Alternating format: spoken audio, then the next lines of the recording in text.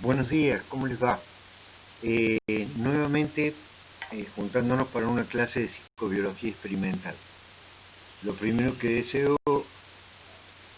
es que todos estén bien,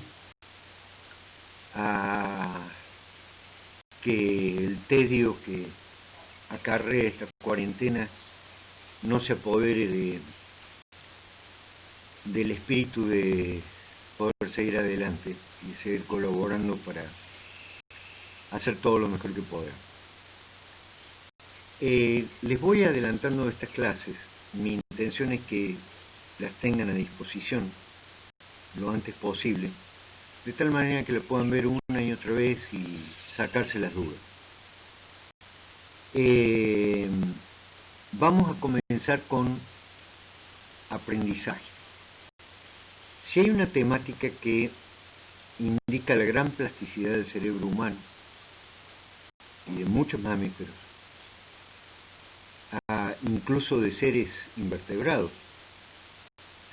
es la capacidad de lograr adquirir información de la experiencia, lograr formar memorias y en función de eso predecir,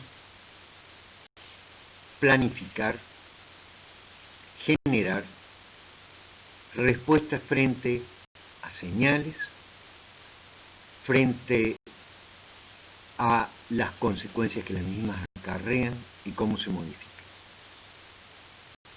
Esta clase va a ser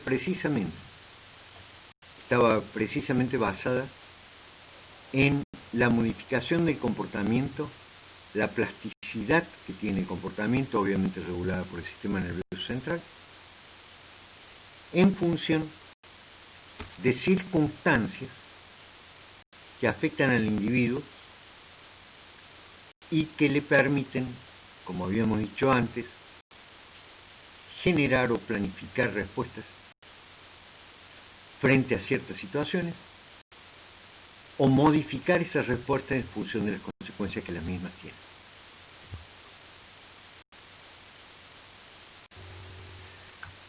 Comenzaré con este pequeño párrafo escrito por Katy en el 2008 que me da pie a hacer ciertas consideraciones elementales sobre el aprendizaje y la memoria. Primero, no somos realidades indeterminadas, solo moldeadas por lo social. Existe un patrimonio hereditario que otorga al ser humano una particular morfología y dinamismo, específicamente en lo que concierne al cerebro. El bagaje genético como concepto y esencia no deja de lado una de las mayores adquisiciones adquiridas durante el desarrollo filogenético. Es esa capacidad plástica que moldea el comportamiento, su expresión y la incidencia de ellos sobre otros individuos. Efectivamente, si hay algo que nos ha dotado progresivamente la evolución filogenética y que nos dota también la evolución ontogenética, es la capacidad de moldear nuestro comportamiento en función de las experiencias que vivimos. Ya han visto lo poderoso que puede ser una experiencia, aún incidiendo sobre un plano genético. Lo han visto a través de ejemplos de epigenética, lo han visto a través de aprendizajes en periodos sensibles o críticos, pero el aprendizaje va mucho más allá de eso. Lo primero que quiero es eliminar algunos preconceptos que generalmente se tienen en cuanto al aprendizaje. Cuando uno lee este párrafo, el que acabo de leer, da la impresión que la capacidad esta plástica de moldear el comportamiento y cómo va a incidir sobre otros individuos y sobre el propio individuo es algo siempre positivo. Muchas veces la gente hace un mal establecimiento de sinónimos entre aprendizaje y educación y lo toma como algo siempre positivo para el ser humano. Sin embargo, no es así. Como van a ver las definiciones de aprendizaje, de ninguna manera hacen alusión a su bondad o su maldad para el individuo. Solamente hacen alusión al cambio relativamente permanente de comportamiento en función de la experiencia. Y esas experiencias pueden ser positivas para el individuo. El aprendizaje que logramos de una materia nos prepara para ejercer profesiones, y puede ser también altamente pernicioso para un individuo. ¿Recuerdan el uso del maltrato en periodos sensibles que hacen que la persona luego tenga buenas memorias de alguien que realmente lo abusó? En el plano de la drogadicción, hoy sabemos que muchísimos de los efectos de las drogas de abuso, cocaína, anfetamina, alcohol, marihuana, heroína, etc., están regulados por procesos de aprendizaje. Aún la tolerancia que generamos hacia ellos, aún los síndromes de abstinencia que tenemos cuando no consumimos la droga y tenemos dependencia hacia la misma. Tomen otro ejemplo. Tomen estrés postraumático. Eso también está basado en principios de aprendizaje. Imagínense un soldado en una trinchera, en la triste realidad de una guerra. Escucha un silbido. Inmediatamente después explota una bomba en la trinchera matando a su compañero. Esa persona empieza a desarrollar síntomas, ataques de pánico, estados de ansiedad crónica, que precisamente obedecen a esa experiencia tan traumática que padeció. Podríamos seguir hablando con muchísimos ejemplos. Quiero que vean algún otro ejemplo para ver que el aprendizaje no necesariamente se relaciona siempre con la parte positiva hacia el bienestar del individuo de la sociedad. Voy a tomar la epilepsia.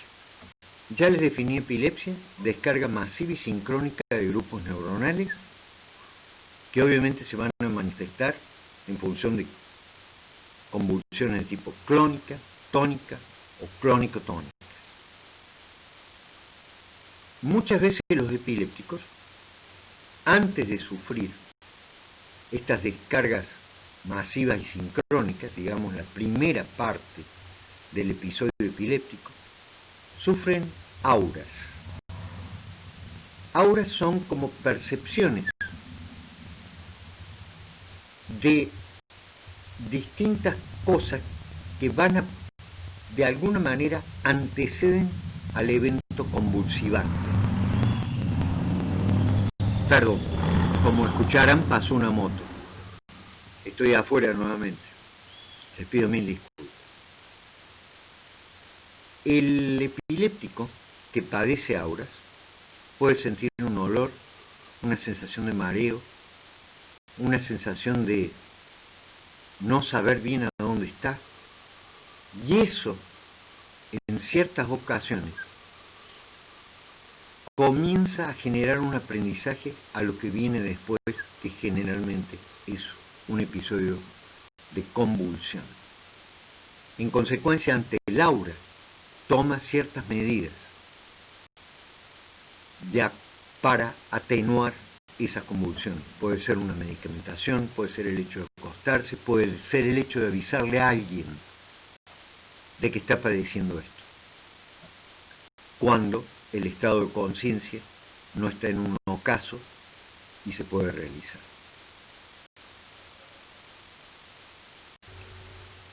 Les presento aquí distintas definiciones de aprendizaje.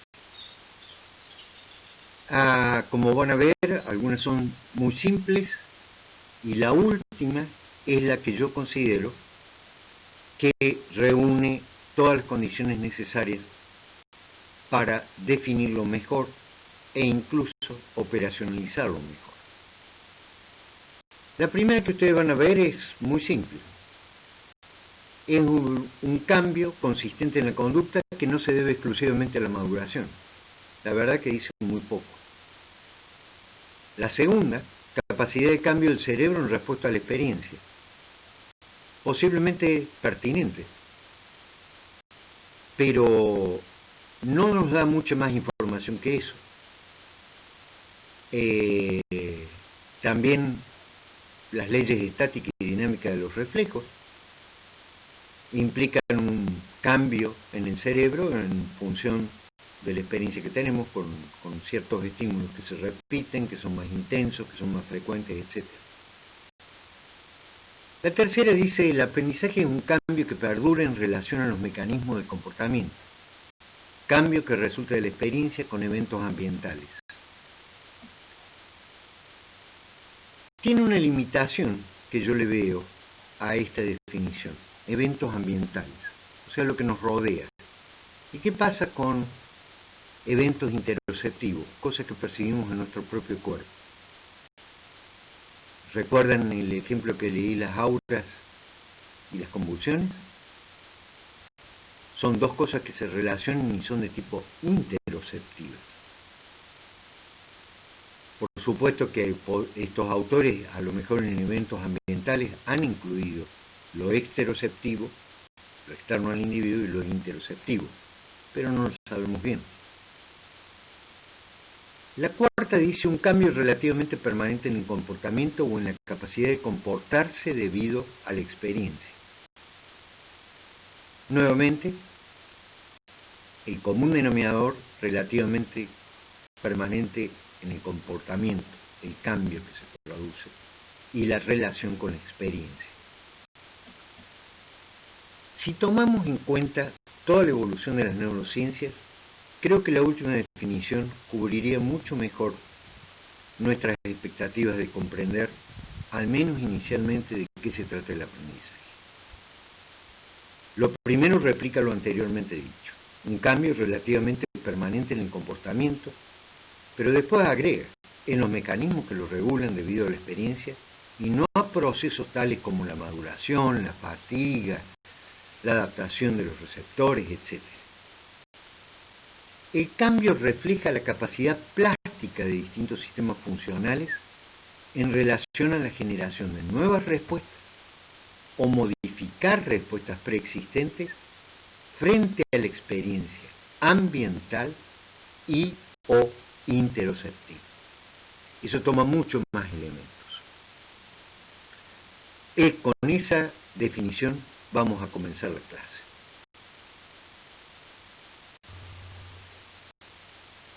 Una forma relativamente simple de aprendizaje es cambiar nuestro comportamiento en función de la mera repetición de estímulos.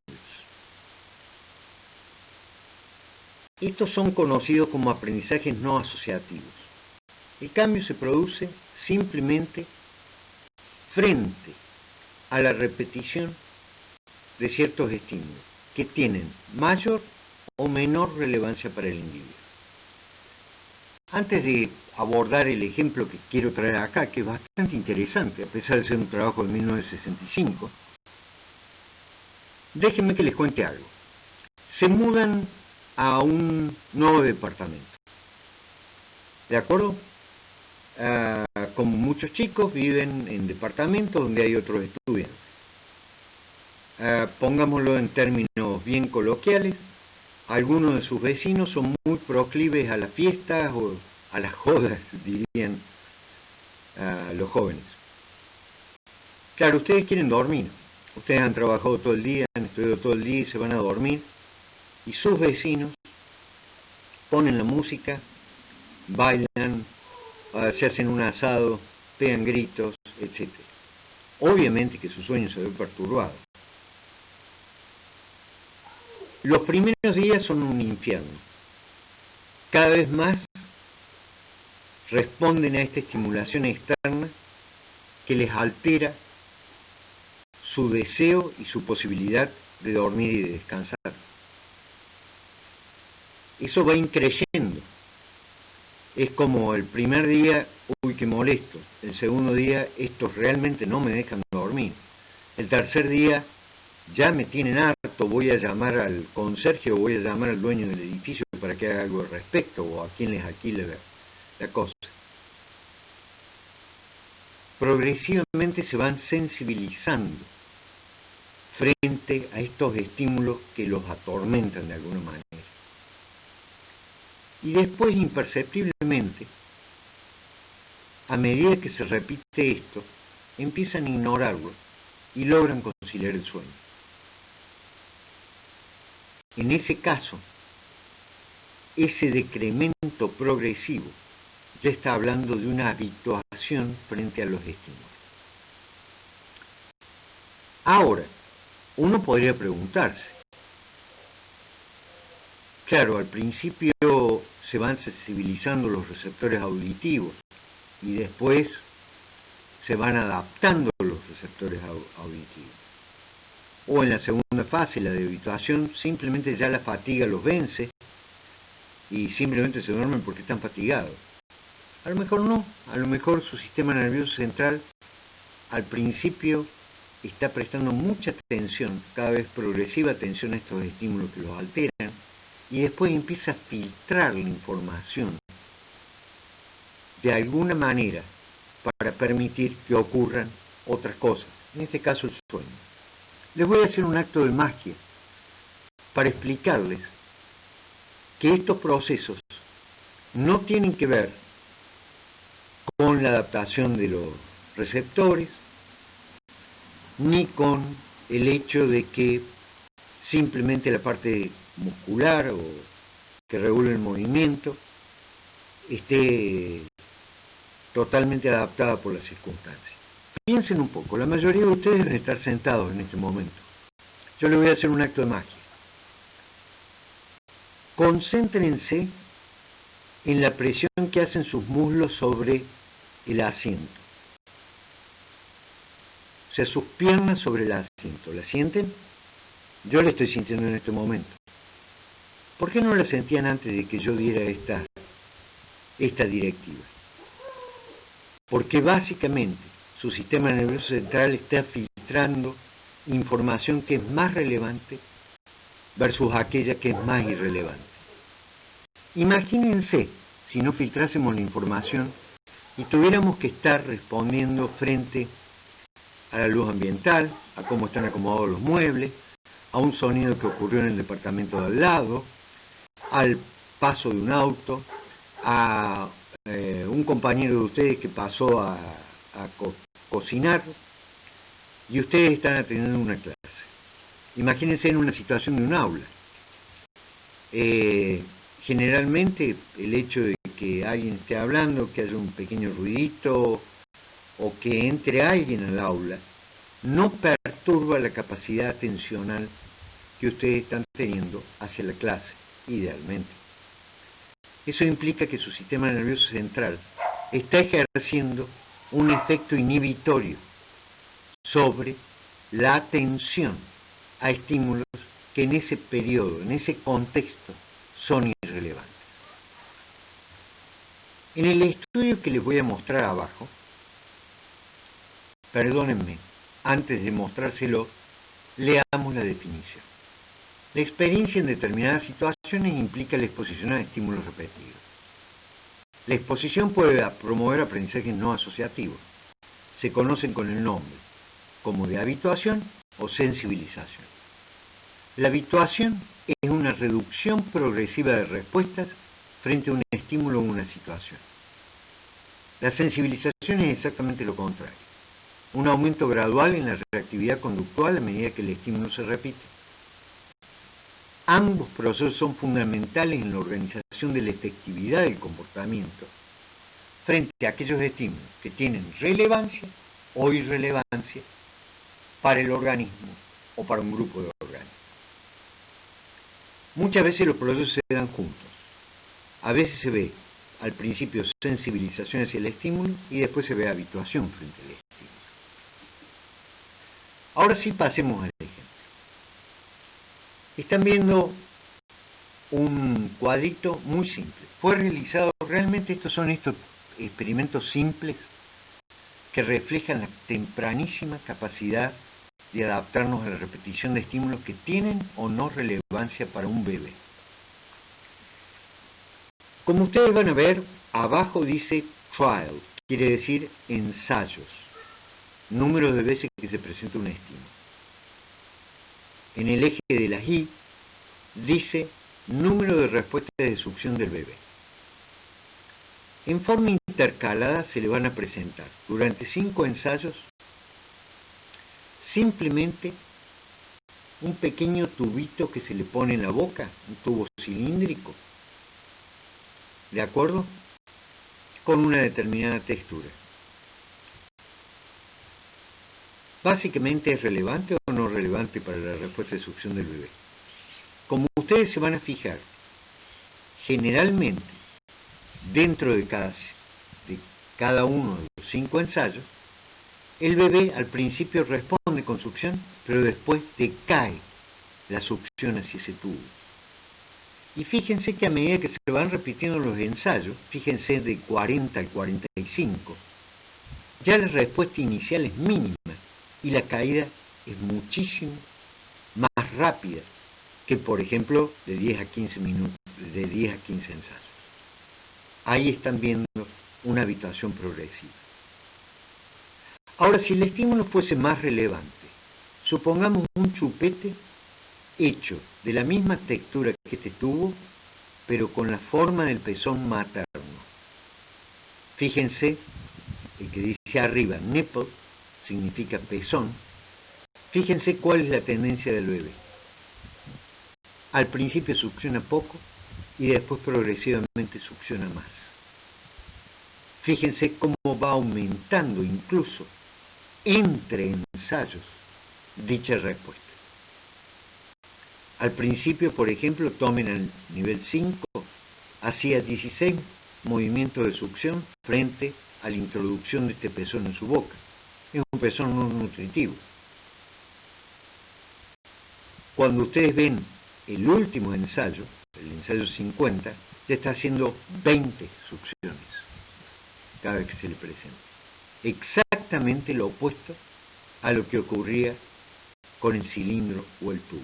En ese caso están viendo sensibilización. Ven cómo en un mismo organismo, frente a 2 estímulos y de acuerdo a su irrelevancia o relevancia, generan respuestas diferenciales.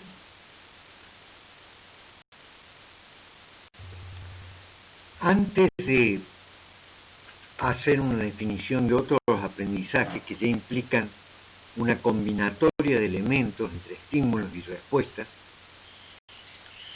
déjenme continuar con lo que les decía anteriormente. ¿Recuerdan ese acto de magia que hice? Que sientan sus muslos presionando sobre la silla. ¿Estaban conscientes de eso antes que yo lo dijera? No. Ese es otro prejuicio que parece existir en la psicología con respecto al acto en sí del aprendizaje o la formación de una memoria. Hay mucha gente que, simplemente sin conocimiento, cree que el aprendizaje se produce bajo un estado de conciencia, bajo un estado de alerta específico producido frente a las situaciones ambientales, frente a las situaciones interoceptivas, frente a lo que hacemos. En ese ejemplo que les di, básicamente ustedes no han tenido un acto ni volitivo ni consciente. El aprendizaje, en su definición, no habla de que se produce bajo estados de ciertos niveles de conciencia. Muchos de los cambios plásticos que se producen en nuestro cerebro, a medida que vamos cambiando el comportamiento de acuerdo a la experiencia, el sujeto no tiene conciencia de lo que está ocurriendo. Y para introducir los aprendizajes asociativos, me gustaría contarles un viejo experimento que se hizo a nivel clínico, que también demuestra que no necesariamente somos conscientes de lo que está ocurriendo, pero nuestro cerebro sí está procesando la información. Estos trabajos fueron hechos de tipo clínico. Eran un grupo de investigadores pertenecientes a la vieja escuela pavloviana, que también empezaron a tomar elementos del aprendizaje operante, que, como van a ver, tienen muchísimos elementos en común. El factor predictivo es uno de ellos. Fíjense lo que hicieron. Tomaron a sus sujetos en situaciones terapéuticas. Por supuesto, el sujeto, al estar en esa situación, está muy atento a lo que dice el terapeuta, a sus gestos, sus afirmaciones, sus negaciones, sus observaciones, sus interrupciones, su silencio. Bueno, en este caso, simplemente con clínicos muy entrenados, empezaron a hacer estos clínicos, cuando los pacientes hablaban, una afirmación cada vez que utilizaban un sustantivo en plural. Fíjense qué ridículo que parece. O sea, decía un sustantivo en plural, perros, y el terapeuta hacía, ajá, un signo de afirmación. Luego de un par de sesiones, se observó que la utilización de los sustantivos en plural aumentaba significativamente en aquellos pacientes donde existía relación entre la emisión del sustantivo y la afirmación o, digamos, una respuesta positiva por parte del terapeuta. Al indagarse con cuestionarios si el sujeto tenía conciencia o no de lo que estaba ocurriendo, la mayoría de los sujetos no tenían la más mínima idea de que su cambio en la frecuencia de emisión de sustantivos en plural se debía a esta contingencia con la afirmación del terapeuta. Vamos entonces a los aprendizajes asociativos. Lo primero que tenemos que saber es que aprender a predecir eventos del ambiente estero o interoceptivo y aprender a responder frente a dichas predicciones es un aspecto esencial, fundamental, del ajuste comportamental frente a dichos ambientes. Nuevamente, el ajuste comportamental no necesariamente tiene que ser para bien del individuo. A veces en las patologías también hay ajustes comportamentales y no precisamente ayudan al bienestar del individuo. El primer tipo de aprendizaje asociativo que vamos a ir desglosando en forma relativamente detallada es el condicionamiento clásico pavloviano de estímulos tipo 1, también se lo llama de estímulos fundamentalmente. Esos tres sinónimos son adecuados. ¿Qué es lo que hacemos? Aprendemos a predecir la presencia o ausencia de estímulos relevantes, incondicionados en términos técnicos, en función de estímulos condicionados o neutros que originalmente se asociaron a los incondicionados. Una vez que se establece la asociación entre los estímulos, focalizamos nuestra atención sobre la reactividad frente al estímulo predictor o condicionado. Eso se llama respuesta condicionada. ¿De acuerdo? Se los desgloso nuevamente. Hay un estímulo que en sí mismo no tiene relevancia. Ahora, se lo asocia a uno que sí tiene relevancia. Vamos a tomar ese ejemplo de estrés postraumático. Un silbido que el sujeto no conoce, simplemente lo escucha silbido, pero inmediatamente explota una bomba, generando un caos en la trinchera. Y el sujeto responde con miedo, con ansiedad, con huida. Ahí tenemos un estímulo neutro, condicionado, un estímulo incondicionado, la explosión de la bomba, y una respuesta incondicionada frente a eso. ¿Cuál es? La huida y todas las sensaciones interoceptivas que tiene el sujeto: miedo, pánico, ansiedad, etc. Ahora ese mismo sujeto, tiempo después, a mí me pasó. Yo fui una de las últimas camadas que le tocaba el servicio militar. Por supuesto que no lo iba a hacer, iba a huir del país. No estoy de acuerdo con los servicios militares. Pero tuve que ir a la revisación médica. En esa revisación médica, un chico había estado en eventos muy estresógenos, donde en un acto de una huelga, escuchó ciertos sonidos que predecían una bomba de estruendo, que prácticamente lo dejó sordo a un compañero y lastimó a varios de sus compañeros. Es más o menos el mismo ejemplo de la trinchera que estoy usando. Mientras estábamos en la revisación médica, se escuchó como un silbido, como algo, un pito, digamos, que es muy similar al que precede a la explosión de una bomba de estruendo tirada por un mortero. ¿Ustedes saben lo que le pasó a este chico? Inmediatamente se desmayó. Fíjense ustedes, después de ese estímulo, no ocurrió la explosión de una bomba de estruendo.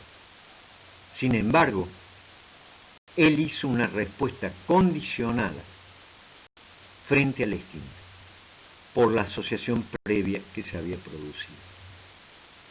Entonces es muy simple. Un estímulo neutro o condicionado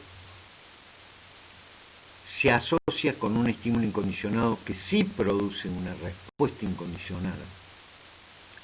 Y luego ese estímulo genera una respuesta que en este caso es parecida o análoga a la respuesta incondicionada. Sin embargo, van a haber casos en los cuales muchas veces la respuesta condicionada es exactamente opuesta a la respuesta incondicionada. Se llaman respuestas condicionadas compensatorias. La van a ver en el caso de las drogas.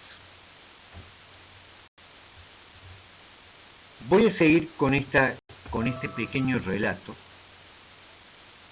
antes de explicarles mejor este asunto, que las respuestas condicionadas pueden ser parecidas a las respuestas incondicionadas u opuestas a las respuestas incondicionadas. En el segundo caso de aprendizaje sistemáticamente estudiado, es el condicionamiento operante. También recibe el nombre de skinneriano, de respondiente o tipo 2. En este caso lo que se aprende es la relación que existe entre nuestro comportamiento y las consecuencias asociadas a lo mismo. En otras palabras, el objeto de estudio es el cambio en la probabilidad de ejecución de un comportamiento en función de las consecuencias que han estado asociadas al mismo. ¿De acuerdo? Lo que estudia el condicionamiento operante, su objeto de estudio es la probabilidad de ocurrencia de un comportamiento en función de las consecuencias que acarrió o las consecuencias que se asociaron al mismo. Pueden ser múltiples consecuencias. Tanto en el caso del condicionamiento clásico como en el condicionamiento operante, tomando al ser humano como referencia, muchas de las respuestas aprendidas no ocurren bajo un estado de conciencia del sujeto de qué es lo que está ocurriendo. Ya les conté esto de los sustantivos en plural con simplemente la afirmación o la aceptación por parte del terapeuta, de los cuales los pacientes no tenían ni idea. Déjenme que les cuente otro ejemplo para ir clarificando más este concepto de que lo interoceptivo también interviene en estos aprendizajes, o puede ser motivo de ser tomado como un estímulo constituyente del proceso de aprendizaje. Había unos pacientes operados de vejiga. Se hizo una investigación con estos pacientes. Para la rehabilitación y la distensión de la vejiga se ponía un globo dentro de la vejiga que se retiraba una vez que el paciente estaba totalmente restablecido, y lo que se hacía era inflar el globo de acuerdo con un líquido, remedando más o menos lo que ocurre en el proceso de micción, así distender la vejiga y que el paciente se fuera progresivamente adaptando a esta sensación sensorial de una distensión de la vejiga y por supuesto que acarrea deseo de orinar. En este caso se le presentaba como un termómetro indicándole simplemente cuán distendida estaba la vejiga.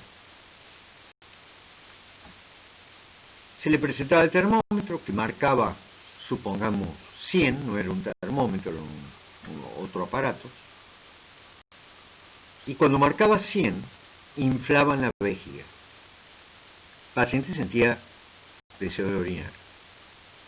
Después de varias asociaciones, le presentaban el termómetro que marcaba 100 sin inflar la vejiga, sin el estímulo incondicionado.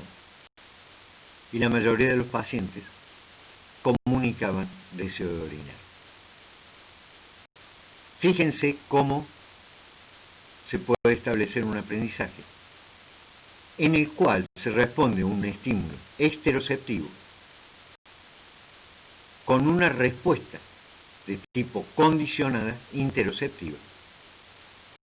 Y en este caso, tampoco los pacientes reflejaban ninguna conciencia sobre los eventos que se habían asociado entre sí.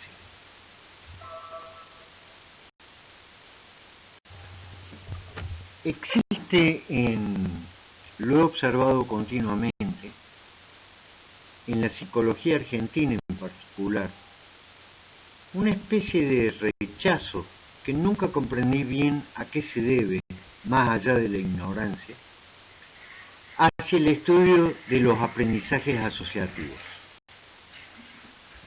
Lo que ustedes están viendo en esta diapositiva son las fotografías de quienes generaron los dos paradigmas más conocidos en cuanto a aprendizaje asociativo, que es Iván Petrovich Pavlov y Burroughs Frederick Skinner. Para darles una idea de la importancia de estas personalidades, Iván Petrovich Pavlov fue uno de los primeros premios Nobel en medicina y fisiología, a través del estudio de la fisiología de las glándulas salivales, pero básicamente a través de su descubrimiento de cómo la experiencia produce aprendizaje y memoria que regula una función fisiológica básica. Burroughs Frederick Skinner ganó múltiples premios por su descubrimiento, siendo uno de los más importantes, o al menos uno que él valorizaba mucho, que fue su contribución a técnicas de aprendizaje que ayudan a niños con discapacidades intelectuales, discapacidades motoras, etc. Empecemos por Iván Petrovich Pavlov. Él, durante la Revolución Soviética, fue favorecido a el instituto que él generó para investigaciones fisiológicas, fue favorecido por este régimen. Él estaba interesado en cómo la fisiología de la glándula salival y cómo era regulada por señales del sistema nervioso central. Sin embargo, se encontró con un hecho perturbador que le arruinaba los experimentos. Para estudiar la funcionalidad de la glándula salival, necesitaba que el animal salivase. Frente a eso, qué más lógico, fíjese en el cuadro 1, que introducir un trozo de comida en su boca. Al hacerlo, el animal comienza a salivar, una respuesta incondicionada, para lograr ablandar, permitir masticar y finalmente deglutir el alimento. O sea, tenemos un estímulo incondicionado en el sentido que inexorablemente, al ser introducido en la boca del animal, produce una respuesta salival, una respuesta incondicionada. Es un reflejo, simplemente un reflejo. ¿De acuerdo? El problema fue que se le arruinaron los experimentos porque al ingresar al recinto donde estaba el perro, la persona que le daba de comer, sin siquiera tocar el alimento, el perro ya empezaba a salivar. O sea, daba la impresión que el perro reconocía una señal en esta persona de que venía el alimento a la boca. A fin de llevar a cabo un experimento que demostrase que el organismo de alguna manera predecía lo que iba a ocurrir, en el cuadro 2 van a ver que él utiliza un metrónomo, un sonido, nada más, que normalmente es neutro en relación a la respuesta incondicional de salivación. O sea, no lo produce. En el cuadro 3, él presentaba el sonido de ese metrónomo en próxima contigüidad temporal, o sea, relacionado en el tiempo, con la comida. Se hacía sonar el metrónomo y le daba la comida al perro. Al cabo de sucesivos emparejamientos, ese metrónomo, presentado solo como la imagen de la persona que le iba a dar de comer, producía por sí mismo la respuesta de salivación. El metrónomo en este caso es un estímulo condicionado. ¿Por qué se dice condicionado? Porque depende de condiciones previas, su asociación con un estímulo incondicionado. Al ser presentado, produce en este caso una respuesta análoga a lo que producía la comida.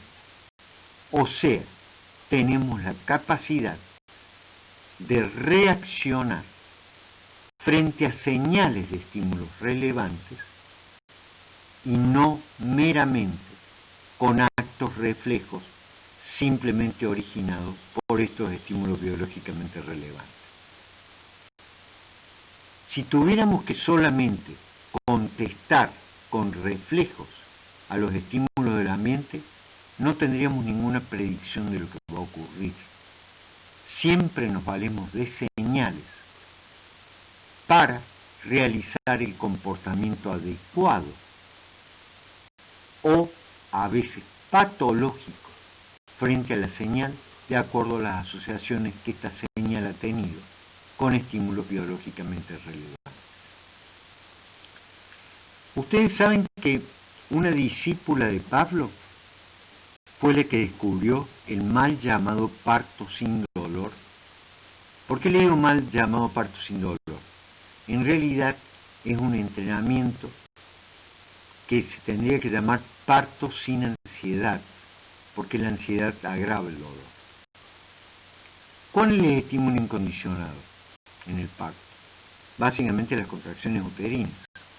Hay ciertas contracciones uterinas que son muy dolorosas. Lo que hacían era remedar la situación de parto, ¿de acuerdo? Y asociarlo a un estado de relajación que produce un estado ansiolítico en la persona.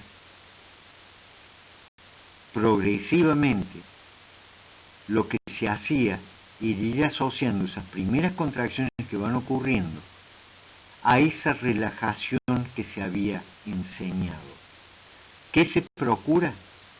Que ante la estimulación que producen las contracciones, haya una respuesta condicionada de tipo ansiolítica que contrarreste en parte el estado estresante y doloroso que normalmente producen las contracciones. En la segunda figura está Burroughs Friedrich Skinner. Ahí ilustro con animales que trabajo simples experimentos. Un animal que aprende que presionando a lo mejor una palanca tiene acceso a un tubo simplemente con una solución que le resulta deliciosa, una solución azucarada.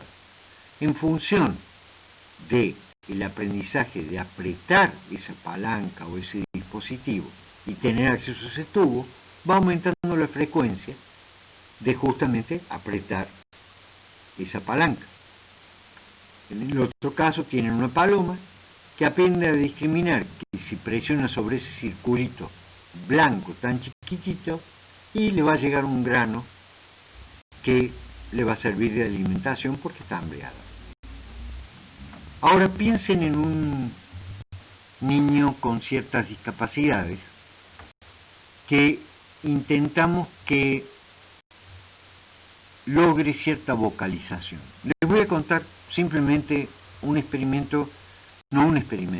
tratamiento que vi mientras trabajaba en Nueva York. Se trabajaba con niños autistas. Ustedes saben que uno de los 3 grandes problemas del autismo es el lenguaje. El niñito que había ido a la clínica, cuando yo lo vi todo el entrenamiento, directamente no emitía sonido alguno. No había vocabulario en este chiquito. No había comunicación alguna ni con su mamá, ni con su papá, ni con los terapeutas, etc. Lo que se hizo fue primero buscar algo que llamase su atención. Se encontraron 2 cosas que llamaban su atención.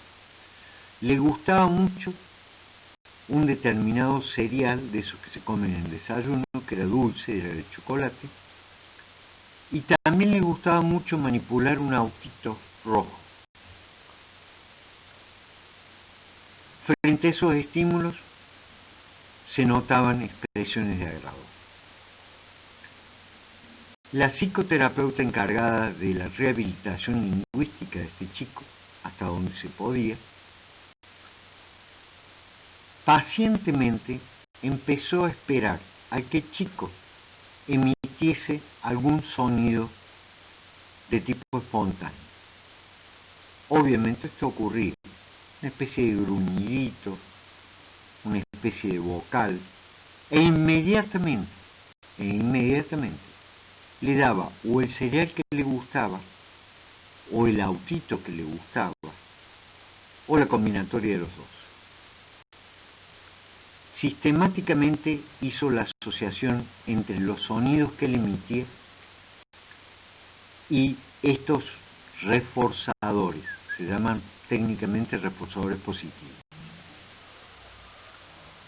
Luego esperó a que los sonidos fueran un poquito más prolongados y solamente reforzó esos sonidos más prolongados. Luego esperó que hubiese apertura bucal con emisión de sonidos y reforzó esa apertura bucal. A medida que fue progresando el entrenamiento, empezó a reforzar cuando el sonido tenía la fonética de una vocal. A posteriori trabajó sobre sílabas. En 3 meses el chico emitía 278 palabras que le servían de comunicación con su psicoterapeuta y con los padres, por lo menos para pedirles cosas en las cuales él estaba interesado. Y se fue ampliando su repertorio de intereses y de vocalizaciones. Miren, voy a continuar esta grabación usando un barbijo debido a que tuvimos un problema en la casa y hay gente arreglando el sistema de internet. Espero que se escuche bien. Y ya que estamos, por favor, si salen, si interaccionan con otra gente, no se olviden del barbijo. Está recomendado por la Organización Mundial de la Salud y por todos los entes que tratan de alguna manera de generar prevención a nivel internacional. Vamos a empezar con el aprendizaje tipo 1 y vamos a explicar un poquito elementos constitutivos. Ya con los ejemplos que les di, ya saben lo que es un estímulo condicionado, un estímulo incondicionado, una respuesta incondicionada y una respuesta condicionada.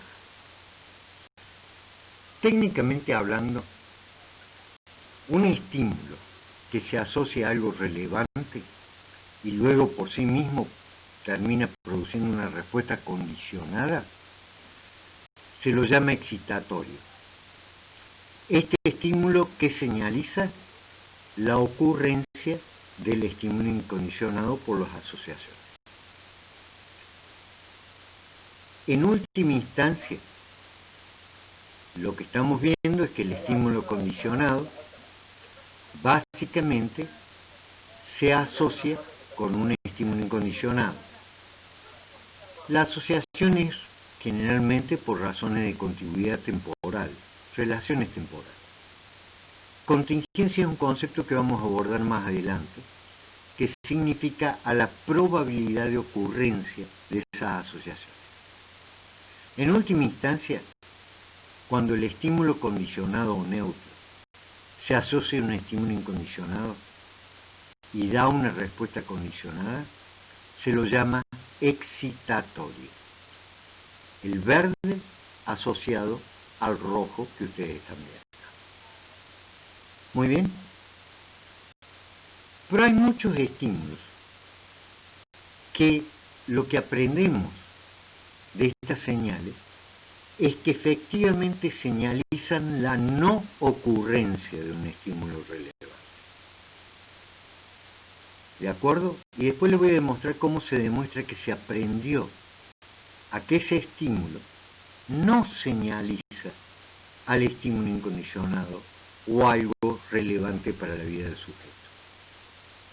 En ese caso, cuando el estímulo adquiere información sobre la ausencia de que va a ocurrir algo relevante y por lo tanto no produce una respuesta condicionada, se lo llama inhibitorio.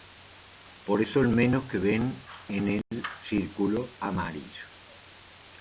Y también, como van a ver, está señalado ahí que el estímulo condicionado inhibitorio señaliza la no ocurrencia del estímulo relevante o incondicionado.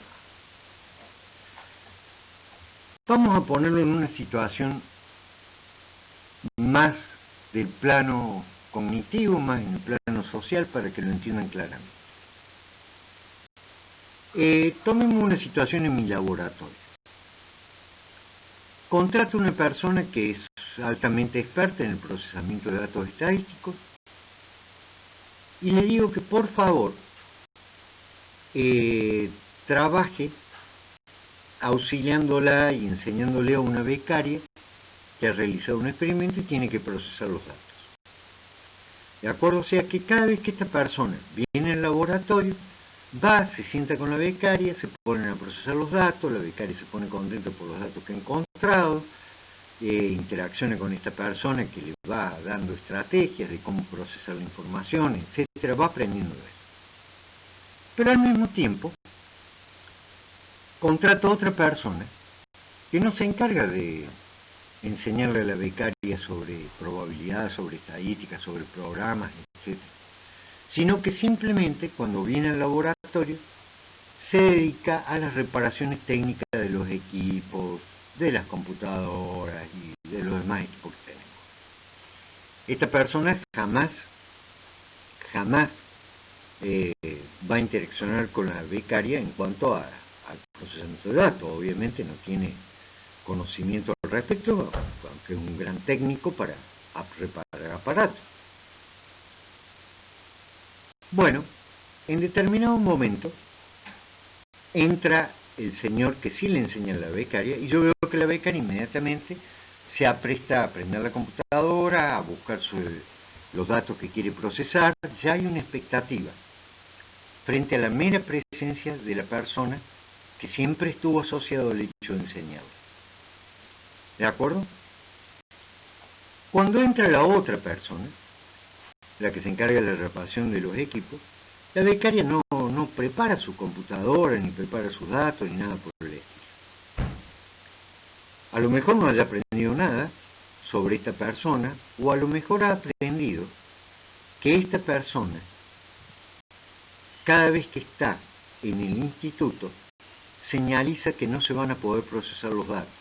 ¿Por qué? Porque hay que apagar las computadoras, hay que, postergar las cosas, que repare todo.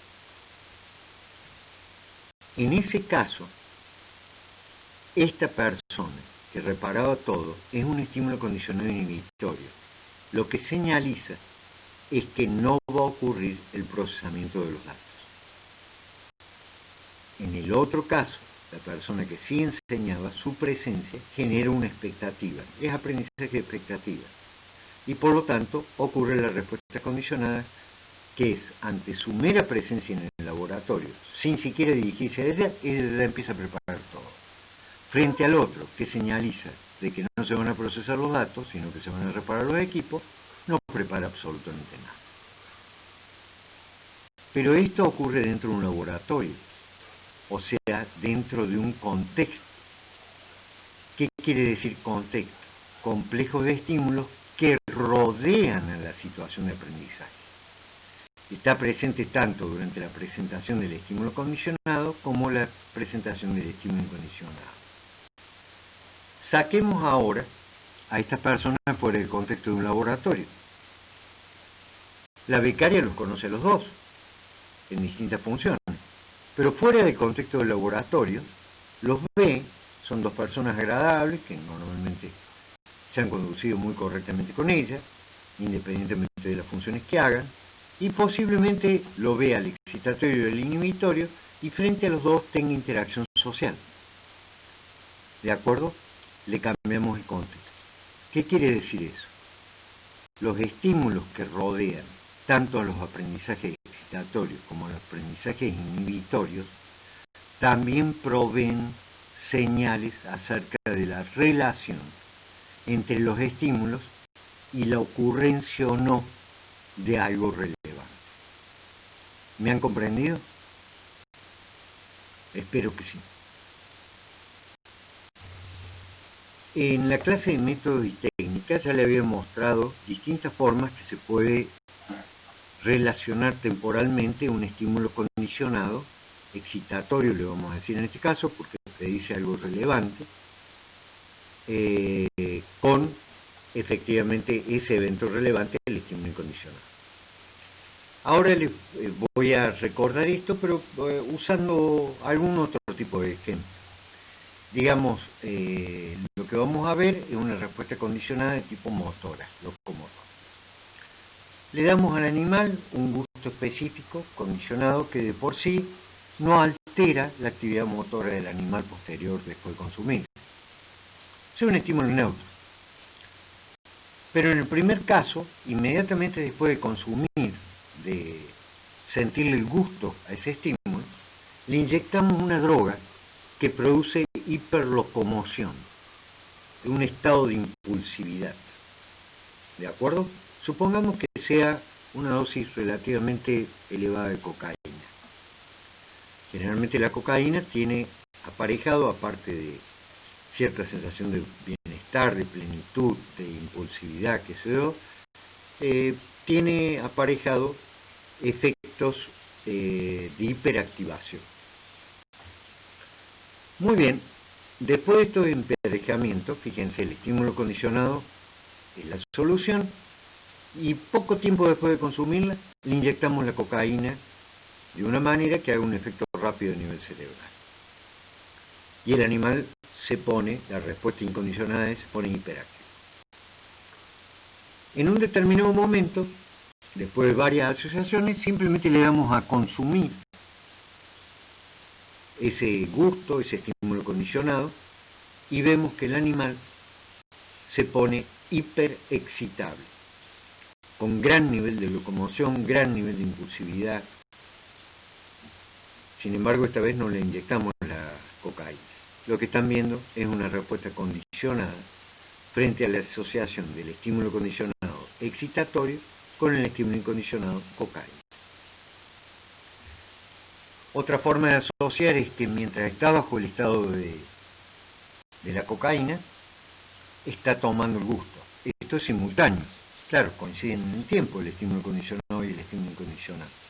Como les había dicho anteriormente, generalmente se creía que este tipo de asociación no permitía buena predicción de un estímulo con respecto al otro. Sin embargo, con técnicas bastante sofisticadas se demuestra que sí hay aprendizaje asociativo. El condicionamiento de huella es generalmente cuando damos el estímulo condicionado y dejamos pasar un tiempo relativamente largo para administrar el estímulo incondicionado. Generalmente este tipo de condicionamiento no da buenas respuestas condicionadas. Obviamente no hay contiguidad temporal entre los estímulos. Hay un caso que violenta esta ley que lo vamos a ver en detalle. El condicionamiento de huellas pueden ser de huellas cortas, de huellas largas, puede ser que tome el estímulo condicionado a la mañana y le demos el incondicionado a la tarde. Esa sería una huella muy larga, que generalmente no va a promover en este caso una respuesta condicionada. Condicionamiento retrógrado hacia atrás generalmente no produce respuesta condicionada, ya que el estímulo condicionado se presenta después del incondicionado, o sea, no actúa de señal de su ocurrencia. De hecho, en muchos casos, es casi un aprendizaje de tipo inhibitorio. Quiere decir, cuando consumo la solución, sé que no tiene que ver con el efecto de la cocaína. El efecto de la cocaína ha estado antes. ¿De acuerdo? Son formas de unir temporalmente los estímulos. De demora corta o el simultáneo, fundamentalmente el de demora corta, dan buenas respuestas condicionadas, generalmente el simultáneo un poco más débil. Los condicionamientos de larga huella generalmente no dan buenas respuestas condicionadas, y el condicionamiento retrógrado o hacia atrás generalmente se lo usa como control de condicionamiento, generalmente no promueve respuesta condicionada de orden excitatoria. También, como les comenté en la clase de métodos y técnicas, se requieren en la fase experimental, cuando se trata de demostrar un fenómeno asociativo tipo 1 o incluso tipo 2, Skinneriano también, se requieren una cantidad de controles para estar seguros de que sea una respuesta condicionada aprendida por la contigüidad o contingencia entre estímulos. Simplemente voy a ser muy breve en esta diapositiva, ya la clase si no se va a hacer muy larga, muy pesada de subir. Ustedes tienen siempre el grupo experimental en el cual se asocia, en este caso, un estímulo condicionado excitatorio, un olor con el cuidado materno, y se ve que luego el animalito prefiere ese olor. Generalmente se usan grupos en los cuales se proveen los mismos estímulos pero en forma no apareada, quiere decir no asociada en el tiempo, o con una huella temporal muy larga entre sí, o si no, revirtiendo el proceso, presentando primero el estímulo incondicionado y después el estímulo condicionado. O sea, tiene la misma cantidad de estímulos, pero lo que no tiene es la relación temporal entre los mismos. Después tienen un estímulo, pueden usar controles que se llaman de estímulo condicionado solo. ¿Saben por qué se usa esto? Para estar seguro que no haya, por ejemplo, en este caso, un proceso de sensibilización. Que el animal, simplemente por estar predispuesto al olor, empieza a preferirlo porque se sensibiliza frente al olor. ¿De acuerdo? En este caso, obviamente, no sé si ese fuera el resultado, si ese grupo que está blanco tiene la misma respuesta que un grupo apareado o experimental, quiere decir que se debió simplemente a la mera reexposición al olor, un proceso posiblemente de sensibilización. Y también a veces se usa el estímulo condicionado solo, el estímulo incondicionado condicionado solo. ¿Por qué? Porque básicamente a veces simplemente el hecho de ser expuestos, supongamos a cocaína repetidamente, se puede sensibilizar la respuesta frente a cualquier estímulo porque el animal está hiperexcitable frente a todo. Entonces ese es otro control que se puede utilizar. Permite controlar posibles respuestas generalizadas que emergen por la exposición a un estímulo biológicamente relevante. A veces es mucho más complicado poder demostrar que hay condicionamiento inhibitorio. Esto es, que la persona aprende que una señal predice que un evento relevante no va a ocurrir. Me retrotraigo al ejemplo que les di de mi laboratorio de dos personas, dos científicos, o un científico y un técnico, llamémosle, que son contratados para distintas tareas. El científico básicamente está abocado a enseñarle a la becaria a procesar sus datos.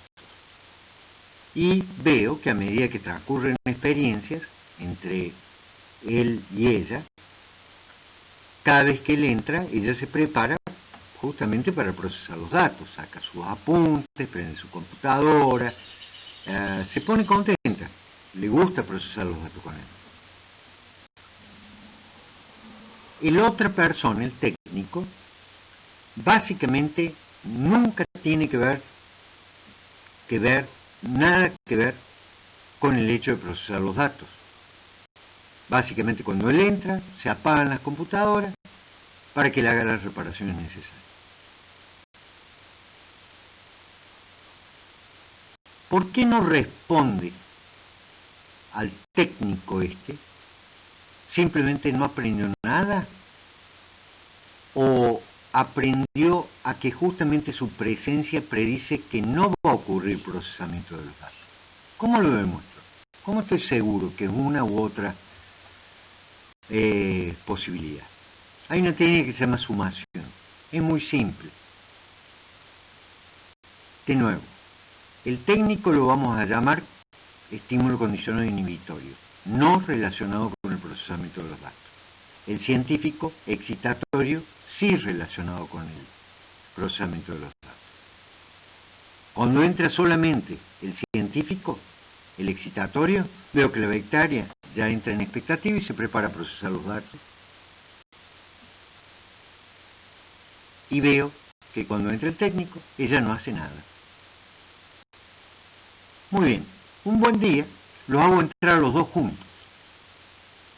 Ante la presencia de los dos, observo que la expectativa de la chica y la preparación de la chica es mucho menor que si hubiera entrado el científico con el que siempre interactuó programando y procesando.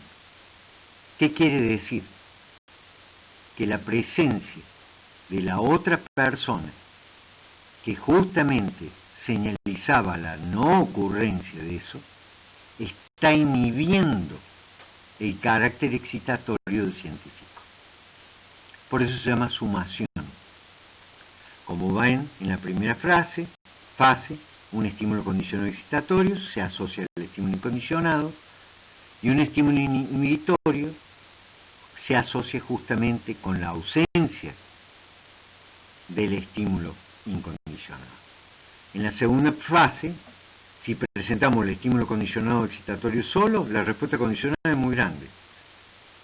Si le sumamos el estímulo condicionado inhibitorio, la respuesta condicionada es menor. La segunda forma que se recomienda para demostrar un condicionamiento inhibitorio se llama técnica de retraso.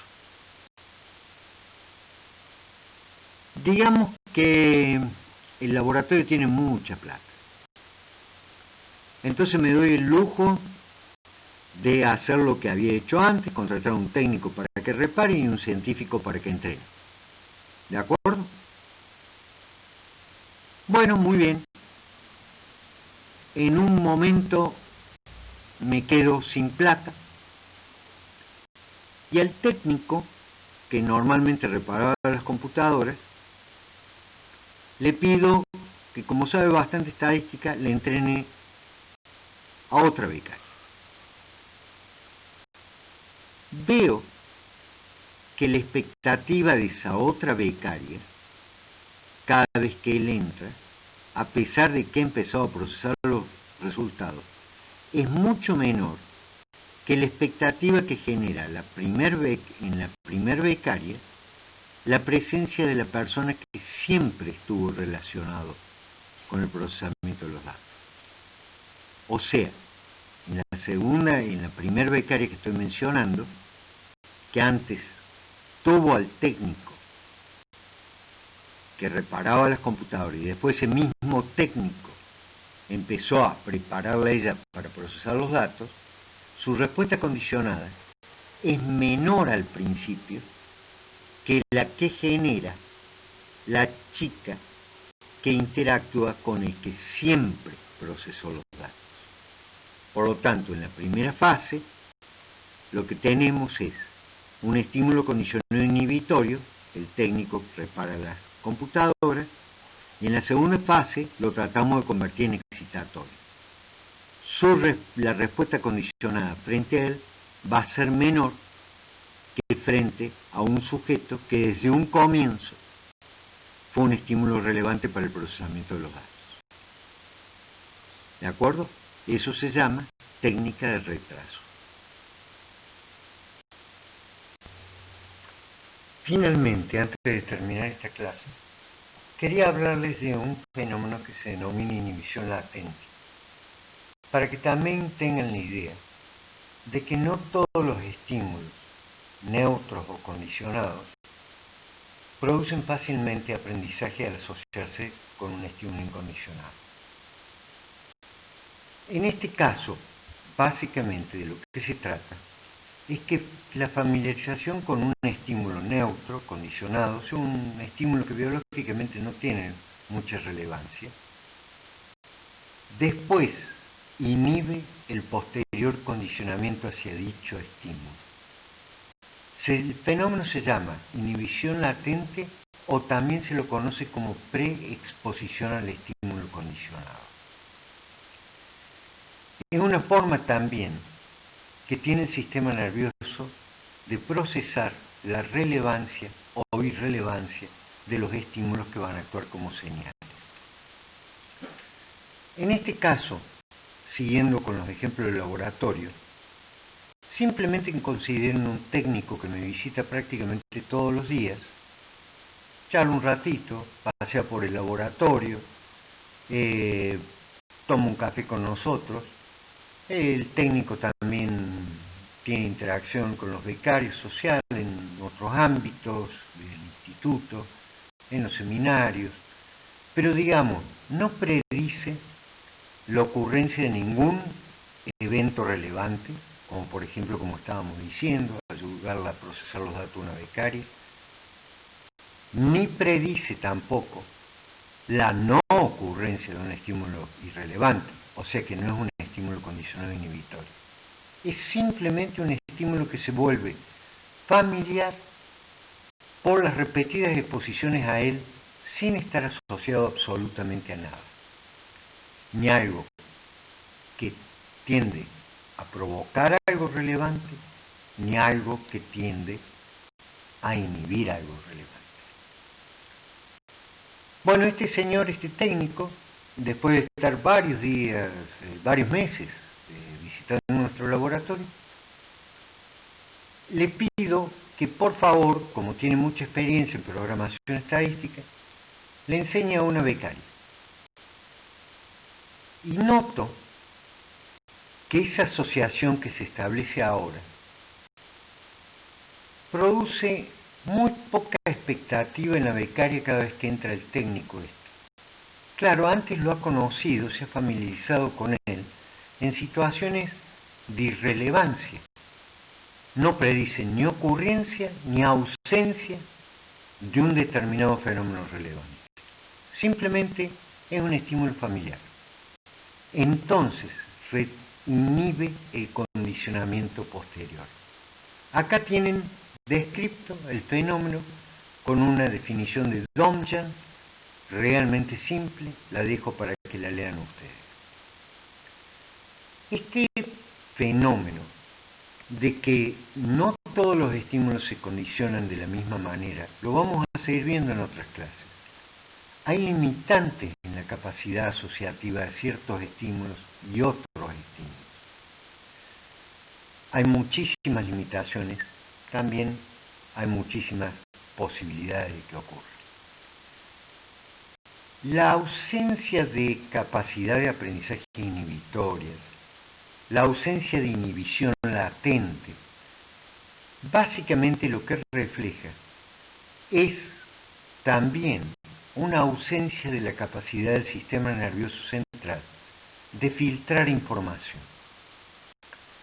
Por ejemplo, los fenómenos de inhibición latente o algunos condicionamientos de tipo inhibitorios son no muy comunes de observarse u observarse en la dimensión que se observan en gente sin patologías, en pacientes que sufren desgraciadamente esquizofrenia o déficit de atención. Hay incluso preparaciones cerebrales que imitan lo que es la inhibición latente y se ve que este fenómeno tiende a no ocurrir en ciertas áreas del cerebro de los esquizofrénicos y en otras áreas del cerebro en niñitos que sufren desgraciadamente déficit de atención.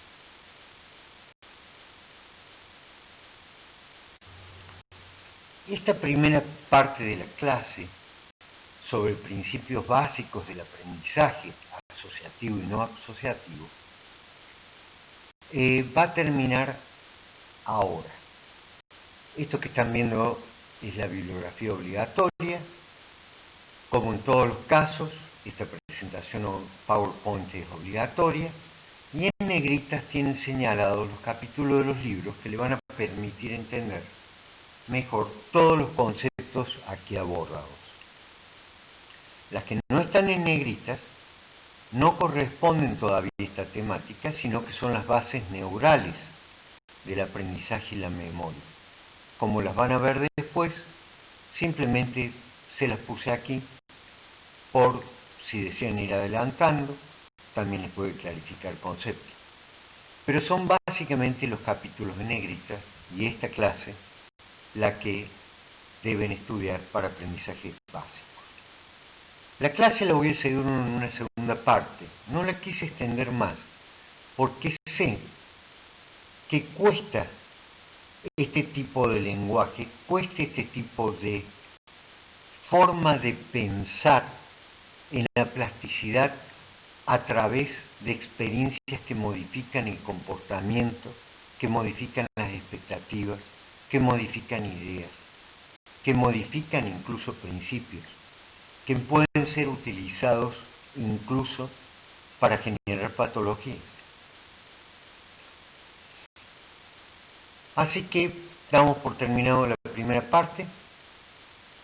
Como siempre, el deseo es que estén muy bien, que estén siempre cuidando de lo que necesitan, que cada vez estén más orgullosos de pertenecer a la Universidad Nacional y que cuenten con nosotros para lograr la mejor capacitación dentro de las peores circunstancias. Un gran abrazo.